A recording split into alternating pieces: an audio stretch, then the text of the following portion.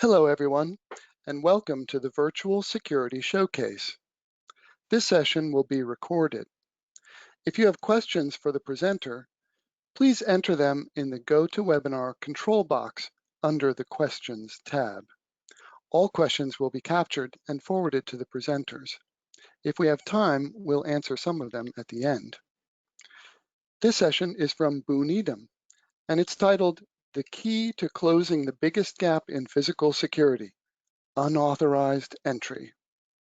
Today's session will be co-presented by J.C. Powell, Vice President of Sales for Boone Edom, and Brian Marshall, Regional Sales Manager for Boone Edom. I welcome J.C. and Brian now to begin the session. Evan, thank you and the LRG team for having us speak today. I'd like to welcome everyone to this session.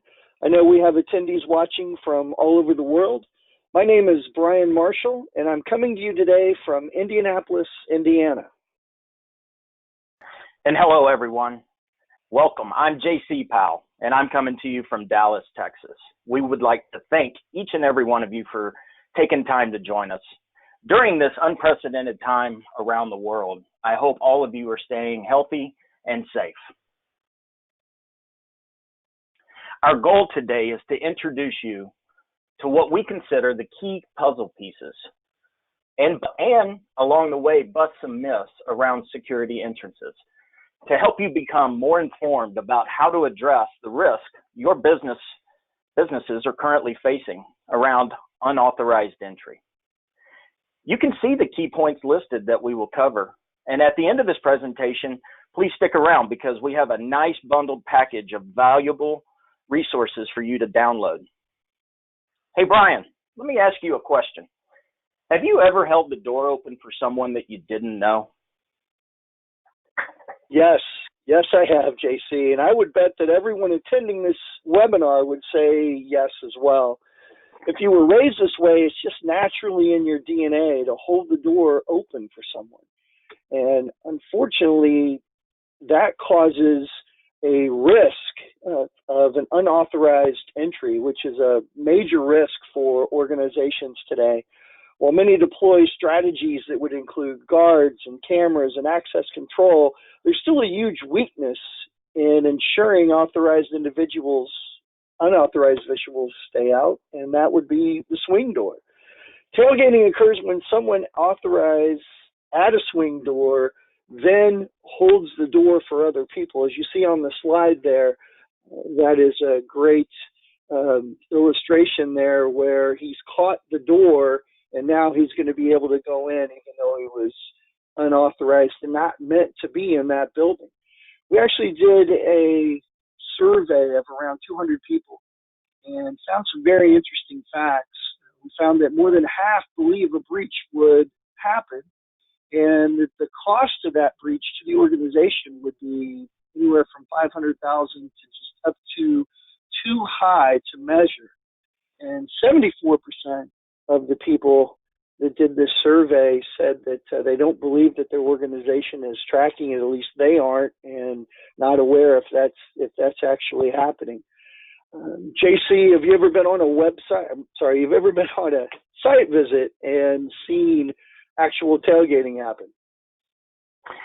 Yeah, Brian. You know, we have the great luxury of attending lots of companies and seeing their facilities and getting an understanding of their culture and how people move throughout their buildings. I recall one time when I was at a large insurance company doing a site walk as they were preparing to deploy security entrances. And as we were walking the building, I remember this day, it was bitterly cold, and we were standing in front of this exterior entrance on the inside, thank goodness, and there were two individuals that were rapidly approaching the building from the parking lot. And as they got to the door, the security director reached over and hit the release button and pushed the door open for them. So these two individuals walk in. Neither one of them scanned their badge. They just walked into the building. So as they walked past us, I asked him, I said, I have to make an assumption here that you know who those two individuals are. And he said, yes, I'm familiar with both of those folks. And we were also joined by the IT director on this site walk. And I turned to him and said, well, did you know both of them? And he said, one of them looked familiar. And, you know, the interesting thing to me about that example, Brian, is what that security director didn't do was just let two people into his building. What he did as a common courtesy is he allowed risk to walk into his building. Now, with him knowing who those people were, his risk was minimized. But imagine that example with somebody else that holds the door open for somebody. Now, risk could be a number of things to corporations. It could include things such as theft. It could be violence or even loss of life. It could be flash mobs, protesters. These all bring about negative publicity around the company. Risk could also be defined as civil lawsuits based on a failure to provide duty of care, regulatory fines for lack of compliance, if your company is regulated by a particular compliance such as HIPAA, PCI, NERC, and there's many others, or a data breach. And Brian, the data breach one is interesting to me because in the world of security, there's this constant delineation between physical security and cybersecurity. Now, I was on a site a while back that was a large financial company, and we were actually in the process of doing a site visit to harden their perimeter as well. And what I later came to understand is they didn't completely solve that puzzle. I ran into the gentleman about a year later at a large security trade show and was catching up with him. And he had informed me that they had failed their cybersecurity penetration test. And when I inquired as to how that happened, he told me that they physically breached the swing door and gained access to the servers. So Brian, help me out here. What do you think the biggest takeaway from this story would be? Would be the fact that they didn't ask two questions that really need to be answered when you're deciding on what strategy. The number one is, do you know who is in your building at any given time? And the second question that needs to be answered is, how many unauthorized people are acceptable in your facility? I'm guessing that most of you will answer none or zero. And if this is the case, the next question is, how do you guarantee that it's none or zero? JC, you know, it comes down to balancing three inputs to controlled access. Yeah, Brian, you're right. You know, I know the key to solving any problem is having the knowledge and the foresight to see all of the pieces of the puzzle that are needed. And when we talk about three inputs for controlling access to a facility, we're talking about people, processes, and technology. Now, people refer to your guards or your reception staff that will be expected to perform the processes. Those processes could be things such as how will visitors be handled? How will you handle deliveries? How would they respond to an intrusion attempt? Maybe even, you know, as far as how will incidents be reported after the fact. Then the technology component, that input is what aids the people in the process in controlling access. And that includes things such as access control, cameras, biometrics, and you guessed it, Brian, security entrances play a key role in putting that puzzle together. So all three of these inputs, people, process, and technology, have to work together to manage access. You know, no two facilities do it the same way. Hey, Brian, can you give me an example where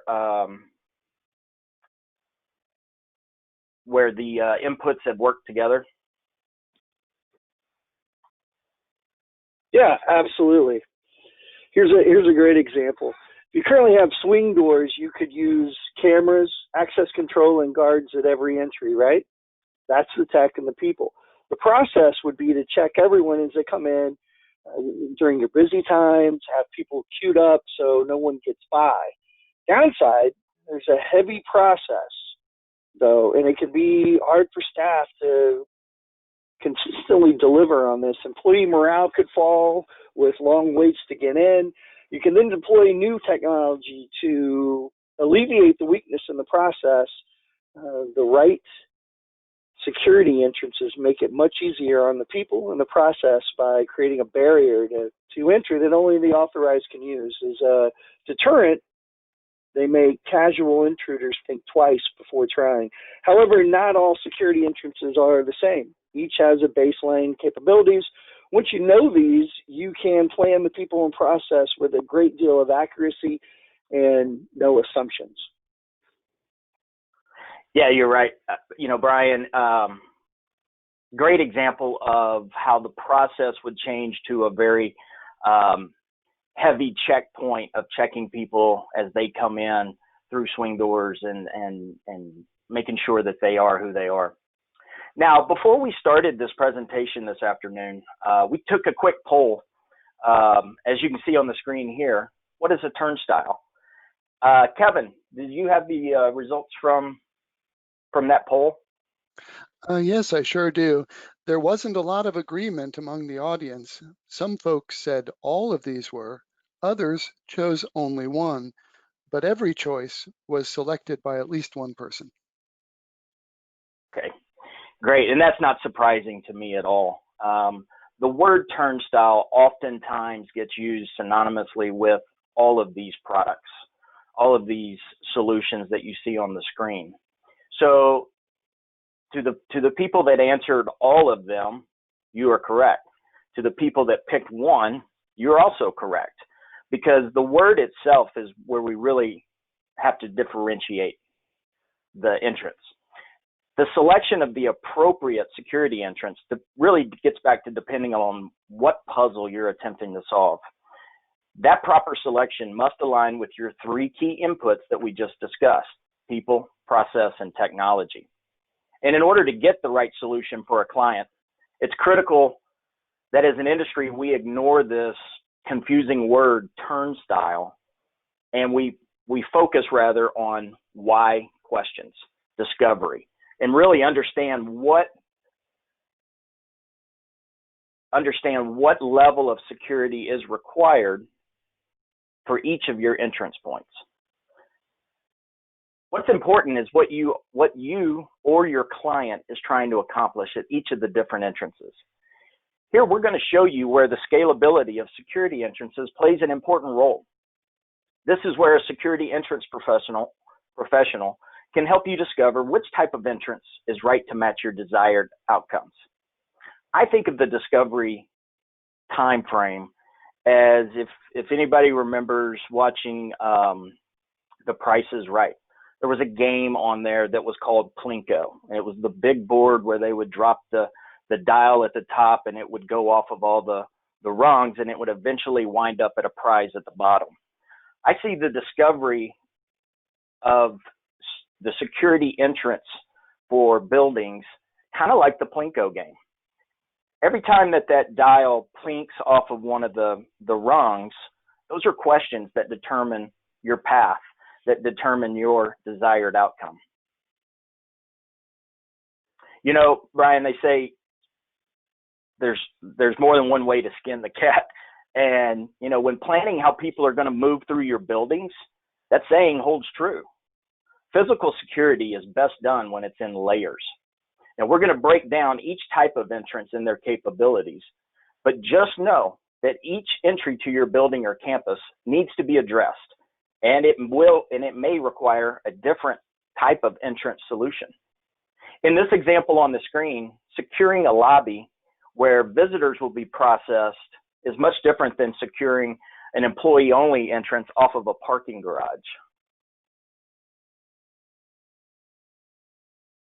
Now, we will help you through the discovery questions to understand the three levels of security entrance capabilities that can allow you to be scalable.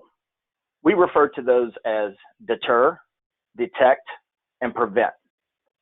And as we've just discovered, that word turnstile can mean many things to many people. And they also afford you a different scalable result based on your desire to deter, detect, or prevent unauthorized entry into your building. No two entrances are the same, even in the same building. So you may need to use a layered combination of entrances, depending upon the application. Hey, Brian, would you mind diving into these 3 levels for me? Certainly. We'll start with the first level, the low security level, which is detour. And you see some pictures on the slides there in front of you. One is a full height turnstile that you would see like on a perimeter of a building. And then you see the tripod turnstile there below. And you'll see those at stadiums and at amusement parks, and even some manufacturing utilize these. Now, understanding the input that goes into this type of strategy, people would be guards. Guards are required because the process would be reactive. The guards would have to respond to a breach, and they'd actually have to see it occur or know that it occurred, because there are no sensors in this type of technology, again, which is the tripod turnstiles or the full height turnstiles. JC, when would you use something like this? Yeah, Brian, a deterrent strategy is great when you're looking at a layered approach. So imagine like a fence line application at a manufacturing facility or a petrochemical or refinery, where that full height turnstile would be your first layer in that fence line. Excellent. So the next level is medium security, which would be detect. That's what's going to be happening in this strategy. The input with people, guards, again, would be required because they're going to have to react to the event. Whether it's it's tailgating or another alarm that happens, but this type of technology, which is an optical turnstile, does have sensors in it and will let the guards know that there's an alarm going off. But again, they have to be close enough to it to be able to respond. And we're seeing really an uptick over the last few years of companies that are using this detection strategy. But I've also seen somewhere, unfortunately, they think that it's actually going to stop tailgating, and I know we get asked that all the time. So let's pull up the next slide here, JC, so that we can give you an illustration here of tailgating. So this term that we were talking about earlier, which would be somebody holding a swing door, and then authorized people tailgating on a optical turnstile like this here on the slide. The person detailed in green has authorized. So they had a badge, they scanned their badge and walk through. Now, while the barriers are still up, the person that's detailed in the red there, the unauthorized person, is just going to sneak behind them. Now, in a perfect world, they would be far enough back that the barriers would actually close in front of them and keep them from getting to the secured side. But unfortunately, because that person is usually in a hurry because they know those barriers are only going to be open so long, they are typically pretty close to the authorized person, which puts them in the safety sensors. Yes, these are made to be safe. We don't want barriers closing on people.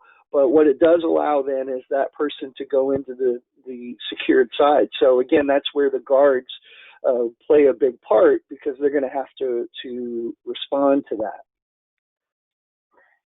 So, hey, Brian, just for the edification of some of the folks on that are listening in, would this example mean that all security entrances solutions would allow tailgating? No, not all security entrances allow tailgating, which really takes us to our next level, which is high security and a strategy of preventing the tailgating from happening. Looking at our inputs, people, this is the only one we've talked about so far that would not need a guard. This could be a totally automated entrance, just usually using a security revolving door or even a portal man trap.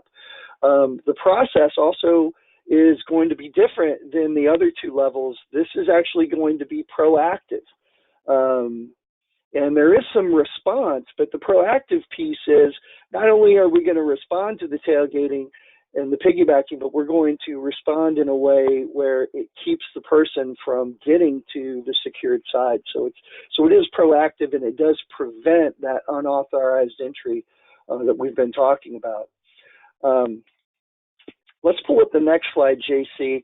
Let's talk about tailgating in a revolving door so that you can see what that looks like. Using our same illustrated people here, the green is authorized, and they're in the door on the left there, and the red person sees that the door is moving, so the person illustrated in red decides they're going to jump in another compartment. And then you see in the middle there where they've turned around because the door stopped and is telling them that they have to exit the door.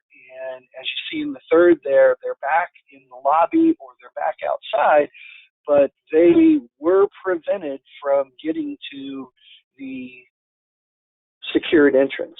So that is how it responds for tailgating and prevents tailgating. The next slide, we're going to talk about piggybacking, which is a term that I just mentioned a minute ago, but we really haven't defined for you. There's people in the industry that actually use piggybacking and tailgating as synonymous terms, but we define them as two actual different events. And here in this illustration, you see that both of our individuals have gotten in the same compartment, which, yes, would take some collusion. You're not just going to sneak up on somebody and jump in the cabinet with them, the compartment with them. Typically, it's a scenario where I say, "Hey, JC, I forgot my card," and JC says, "Oh, jump in here with me, and we'll go in together on one authorized card." You see in the middle there where it does stop, and again, tells us that we have to exit the door. And the third one there, you see that the door has prevented the piggybacking from occurring, and thus preventing unauthorized people in the building. JC, what's the best way, in your opinion, to ensure who's actually entering the secured space and that they're the authorized person? Yeah, that's a great question because, Brian, when you think about authorization into a building, and the vast majority of people have been issued an ID card or a prox card or something of that nature, but the only way to ensure the person entering the building is the same person that's holding the badge, is to tie your employee's identity to their access, and you do that by like in this example here with a security portal man trap, of using two-factor authentication. Organizations can be sure that the person who badged on the outside of the portal is the same person who is alone inside the portal. And that is the only person who will gain access to the secure side of the portal. So think about this, Brian. I mean, this scalable security entrance, the possibilities of eliminating tailgating, eliminating piggybacking, having adherence to compliances, and knowing exactly who is in your building in case of mustering or an event where you need to gather those roles. The use of two-factor authentication is the only way that you can ensure that the person who badged is the person who went through. So like your illustrations previously, Brian, of tailgating on a piggybacking and tailgating on revolving doors, the same holds true for the security portal. As the green authorization happens and then the unauthorized individual steps in, the prevention strategy does just that. It prevents them from gaining access, either one. The door knows that there's two people in it, but doesn't know who's the right person. So they're both rejected at that time. Brian, would you mind sharing that story? I was thinking about this. That story you had previously told me about your client who was struggling with that unauthorized entry question. Yeah, absolutely. They ultimately decided on a detection strategy And that really kind of came down from the senior leadership and the C-suite level that decided that they really wanted optical turnstiles, and they wanted to keep a much more open feel for their campus. It was a brand new headquarters that they were building, and they had previously used detection in the past, so it was what their culture knew. But unfortunately, about 2 months after the headquarters opened and they had these, brand new, beautiful optical turnstiles in their lobby, there was a active shooter event that occurred in the state over. And actually, the city it occurred in was only about an hour and a half away from this particular headquarters, and very, very similar cultures, very similar city size, all those type of things. And it prompted the CEOs to call to the security team and ask, could that happen here? And ultimately, the response was yes, because we're really detecting and we're not preventing unauthorized people from coming into the building. This could have been avoided if the correct decision was made in the design phase and not after the fact. But JC, do you have any examples where the strategy was changed prior to implementation? Yeah, absolutely, Brian. Through our many years of experience and tens of thousands of deployments, we've had the opportunity to see organizations both make and learn how to avoid making mistakes when it comes to selecting the proper security entrance for their application. When you're asking about a scenario where the pivot changed prior, I have this one example at a large trade show where an insurance company walked into our booth, and they walked in and were specifically looking at a detection strategy, and it was all based on small footprint, sleek, and this one was actually no barrier. So there was nothing to even keep you honest other than sensors at that point. So as we started listening and asking our discovery why questions about the company as they were looking at this detection strategy and how many guards that they would need to deploy to watch those and to react to those, and how the right security entrance technology could help ensure compliance. Brian, insurance companies are, they're regulated by things like PCI and HIPAA, just to name a few. It was interesting to watch the mindset change of, well, can this detection device help me with my compliance? And the answer is no, it cannot. But a prevention strategy would.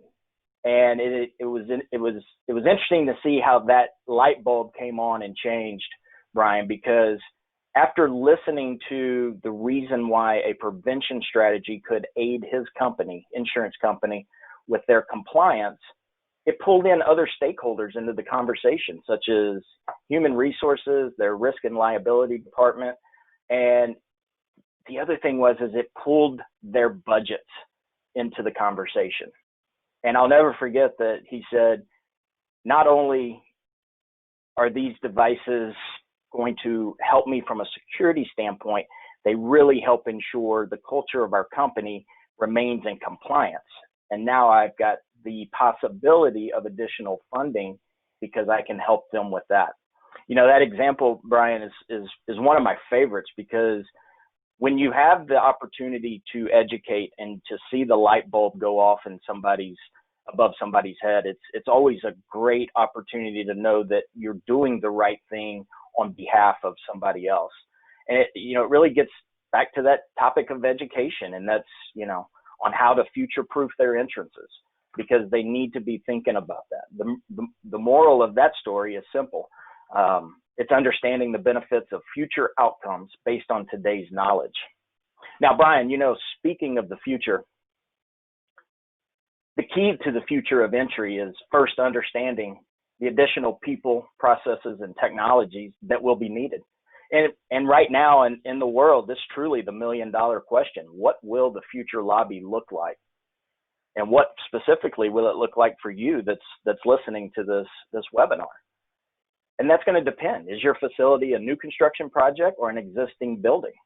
Will you have a desire for touchless entry, which would include, a need for touchless credential verification, such as biometrics or mobile credentials?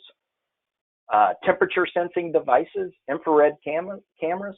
Now, keep in mind, with these new technologies, you also have to think through the people and process that will be needed in addition to manage that.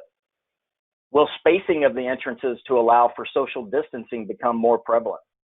I believe that the process of getting people into your facility is and will continue to change with the phasing of employees at the entrance, which is going to cut down on building occupancy for a while. Think about this, Brian. Less people in elevators, more people on stairs with directional flow, antimicrobial finishes and films on areas where you cannot avoid touch points. I truly believe that the biggest challenge will be throughput and the need for additional security entrances to manage those expectations. The future of the entry is now, and the decisions that weigh on facilities, security directors, security consultants, architects, everybody involved with the design and implementation of how people will move through your building is changing, and is changing rapidly. The best thing that you can do is surround yourself with experts and be open to ideas and learn as much as you can, and use that knowledge to really make a good concrete decision for your company. Brian, there's a saying everywhere, but here in Texas, time flies when you're having fun. And it's got to be true, because it feels like we just got started talking about an unauthorized entrance in the buildings. Does feel like we just got started, JC, but we do find ourselves towards the end here. And before we finish, I want to review the key points that were discussed today.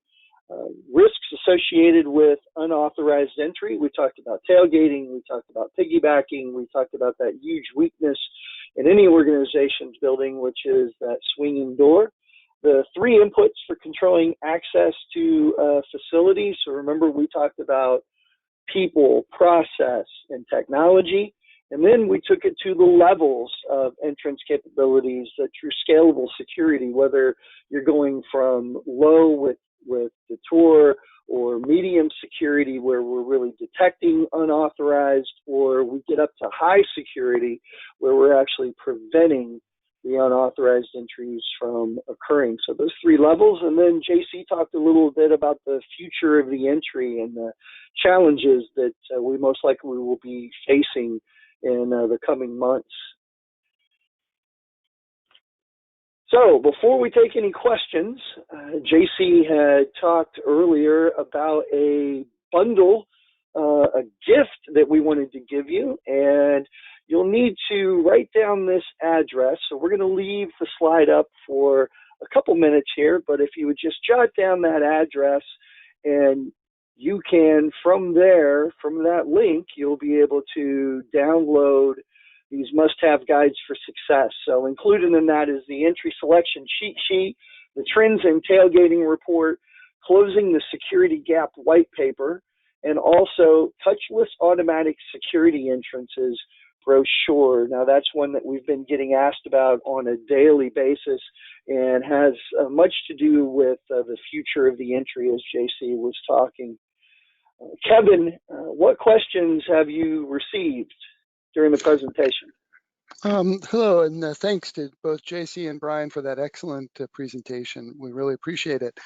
We do have about 3 minutes for a couple of questions, and we got a couple regarding sensors. So let me tie those quickly together. One of them was asking, how does a security entrance know that there is, for example, one person in a portal chamber, or somebody is trying to tailgate on a security revolving door? And then the second related question was, are there any sensors available or options available that might be used to check someone's temperature as they're coming through an entrance? Okay, so the first part was sensors in a revolving door or a portal man trap. That is all happening from the ceiling. There's a sensor system in both of those that is part camera, but not even really a camera. What it's looking at is shapes and sizes and algorithms to be able to understand, is it one person, is it actually two people? So that's how that happens in a revolving door and in a portal. And the second part of your question, the temperatures, that's something that we may see in the future. Will probably happen outside of the door, in the way that we've kind of been looking at that. But I think that's part of the future of the entry that JC discussed, that things are developing as we speak in the industry. Yeah, Brian, real quick on that. I mean, the temperature sensing technology that is becoming very prevalent, that's a third-party manufacturer. Now, what we have to be cognizant of as far as the entrance goes is how do they integrate together, and what is that process for dealing with an elevated temperature? Which also brings in the additional people, right? Who's going to be there to respond to that? Are you going to have an FDA certified person to take temperatures and to confirm that? So there's much more discussion around that than we definitely have time to get in today. Kevin, do we have time for another question, or? Yep, we sure do. Let's see.